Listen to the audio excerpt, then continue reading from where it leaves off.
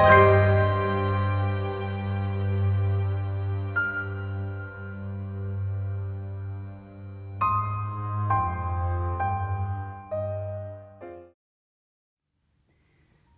Ghost by Catherine Wells. She was a girl of 14, and she sat propped up with pillows in an old four-poster bed, coughing a little with the feverish cold that kept her there. She was tired of reading by lamplight, and she lay and listened to the few sounds that she could hear, and looked into the fire. From downstairs, down the wide, rather dark oak-panelled corridor, hung with brown oak pictures of tremendous naval engagements, exploding fierily in their centres, down the broad stone stairs that ended in a heavy, creaking, nail-studded door, there blew into her remoteness sometimes a gust of dance music.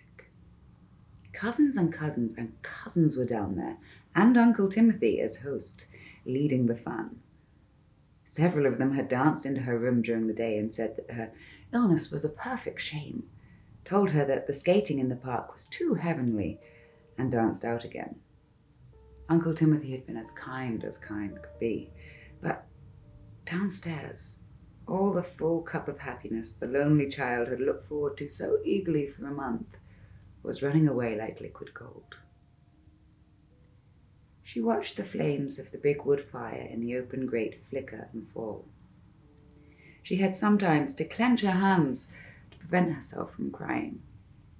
She had discovered, so early was she beginning to collect her little stock of feminine lore, that if you swallowed hard and rapidly, as the tears gathered, that you could prevent your eyes brimming over. She wished someone would come. There was a bell within her reach, but she could think of no plausible excuse for ringing it. She wished there was more light in the room. The big fire lit up cheerfully when the logs flared high, but when they only glowed, the dark shadows crept down from the ceiling and gathered in the corners against the paneling. She turned from the scrutiny of the room to the bright circle of light under the lamp on the table beside her, and the companionable suggestiveness of the currant jelly and spoon, grapes and lemonade, and little pile of books and kindly fuss that shone warmly and comfortingly there. Perhaps it would not be long before Mrs. Bunting, her uncle's housekeeper, would come in again and sit down and talk to her. Mrs. Bunting, very probably, was more occupied than usual that evening. There were several extra guests. Another house party had motored over for the evening, and they brought with them a romantic figure, a celebrity, no less a personage than the actor Percival East. The girl had indeed broken down from her fortitude that afternoon when Uncle Timothy had told her of this visitor. Uncle Timothy was surprised. It was only another schoolgirl who would have understood fully what it meant to be denied by a mere cold the chance of meeting face to face that chivalrous hero of drama. Another girl who had glowed at his daring, wept at his noble renunciations, been made happy, albeit enviously and vicariously, by his final embrace with the lady of his love. There, dear child," Uncle Timothy said, patting her shoulder and greatly distressed. Never mind. If you can't get up, I'll bring him in here to see you. I promise I will. But the pull these chaps have over you little women," he went on, half to himself. The panelling creaked. Of course, it always did in these old houses. She was of that order of apprehensive, slightly nervous people who do not believe in ghosts, but all the same hope devoutly that they may never see one. Surely it was a long time since anyone had visited her. It would be hours, she supposed, before the girl who had the room next to her, into which a communicating door comfortingly led, came up to bed. If she rang, it took a minute or two before anyone reached her from the remote servants' quarters. There ought soon, she thought, to be a housemaid about the corridor outside, tidying up the bedrooms, putting coal on the fires, and making such-like companionable noises. That would be pleasant. How bored one got in bed, anyhow. And how dreadful it was, how unbearably dreadful it was that she should be stuck in bed now, missing everything, missing every bit of the glorious, glowing time that was slipping away down there. At that, she had to begin swallowing her tears again. With a sudden burst of sound, a storm of clapping and laughter, The heavy door at the foot of the big stairs swung open and closed. Footsteps came upstairs, and she heard men's voices approaching. Uncle Timothy. He knocked at the door ajar. "Come in," she cried gladly. With him was a quiet-faced, greyish-haired man of middle age. Then Uncle had sent for the doctor after all. "Here is another of your young worshippers, Mr. East," said Uncle Timothy. Mr. East! She realized in a flash that she had expected him in purple brocade, powdered hair, and ruffles of fine lace. Her uncle smiled at her disconcerted face. "She doesn't seem to recognize you, Mr. East," said Uncle Timothy. "Of course I do," she declared bravely, and sat up, flushed with excitement and her feverishness, bright-eyed and with ruffled hair.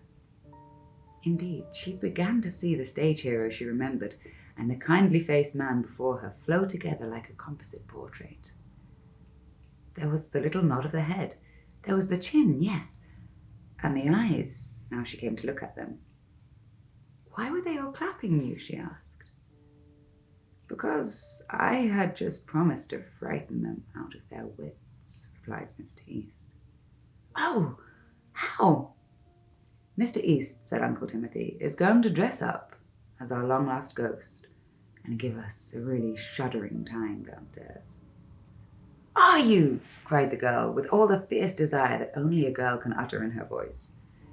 "Oh, why am I like this, Uncle Timothy? I'm not ill, really. Can't you see I'm better? I've been in bed all day. I'm perfectly well. Can't I calm down, Uncle dear? Can't I?" In her excitement, she was half out of bed. There, child," soothed Uncle Timothy, hastily smoothing the bedclothes and trying to tuck her in. "But can't I?" "Of course, if you want to be thoroughly frightened out of your wits, mind you," began Percival East. I do," she cried, bouncing up and down in her bed. "I'll come and show myself when I'm dressed up, before I go down." "Oh, please, please," she cried back radiantly, "a private performance all to herself. Will you be perfectly awful?" She laughed exultantly. "As ever I can," smiled Mr. East, and turned to follow Uncle Timothy out of the room. "You know," he said, holding the door and looking back at her with mock seriousness, "I shall look rather horrid, I expect. Are you sure you won't mind?" "Mind? When it's you!" laughed the girl. He went out of the room, shutting the door. "Rum-ti-tum-ti-tum-ti-tee," she hummed gaily and wriggled down into her bedclothes again, straightened the sheet over her chest, and prepared to wait. She lay quietly for some time, with a smile on her face, thinking of Percival East and fitting his grave, kindly face back into its various dramatic settings. She was quite satisfied with him. She began to go over in her mind in detail the last play in which she had seen him act. How splendid he had looked when he'd fought that duel. She couldn't imagine him gruesome, she thought. What would he do with himself? Whatever he did, she wasn't going to be frightened. He shouldn't be able to boast he had frightened her. Uncle Timothy would be there too, she supposed. Would he? Footsteps went past her door outside, along the corridor, and died away. The big door at the end of the stairs opened and clanged shut. Uncle Timothy had gone down. She waited. A log, burnt through the middle to a ruddy thread, fell suddenly in 2 tumbling pieces on the hearth. She started at the sound. How quiet everything was. How much longer would he be, she wondered. The fire wanted making up, the pieces of wood collecting together. Should she ring? But he might come in just when the servant was mending the fire, and that would spoil his entry. The fire could wait. The room was very still, and, with the fallen fire, darker. She heard no more sound at all from downstairs. That was because her door was shut. All day it had been open, but now the last slender link that held her to downstairs was broken. The lamp flame gave a sudden fitful leap. Why? Was it going out? Was it? No. She hoped he wouldn't jump out at her, but of course he wouldn't. Anyhow, whatever he did, she wouldn't be frightened. Really frightened. Forewarned is forearmed. Was that a sound? She started up, her eyes on the door. Nothing. But surely the door had minutely moved. It did not sit back quite so close into its frame. Perhaps it... She was sure it had moved. Yes, it had moved, opened an inch, and slowly, as she watched, she saw a thread of light grow between the edge of the door and its frame, grow almost imperceptibly wider, and stop. He could never come through that. It must have yawned open of its own accord. Her heart began to beat rather quickly. She could see only the upper part of the door. The foot of her bed hid the lower third. Her attention tightened. Suddenly, as suddenly as a pistol shot, she saw that there was a little figure like a dwarf near the wall, between the door and the fireplace. It was a little cloaked figure, no higher than the table. How did he do it? It was moving slowly, very slowly, towards the fire, as if it was quite unconscious of her.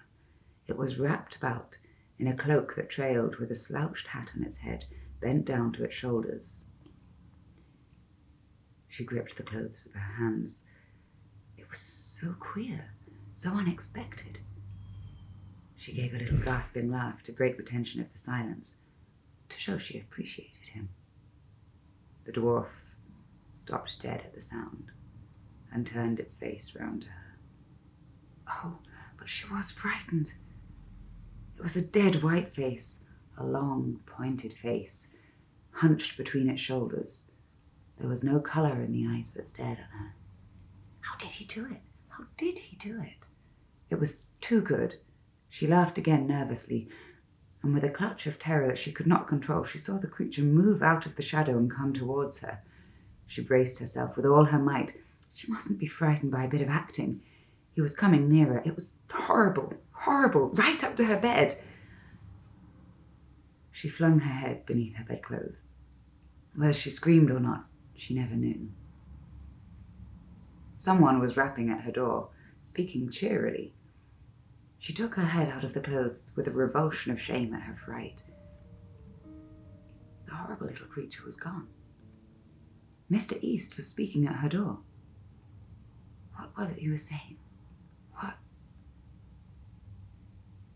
"I'm ready now," he said.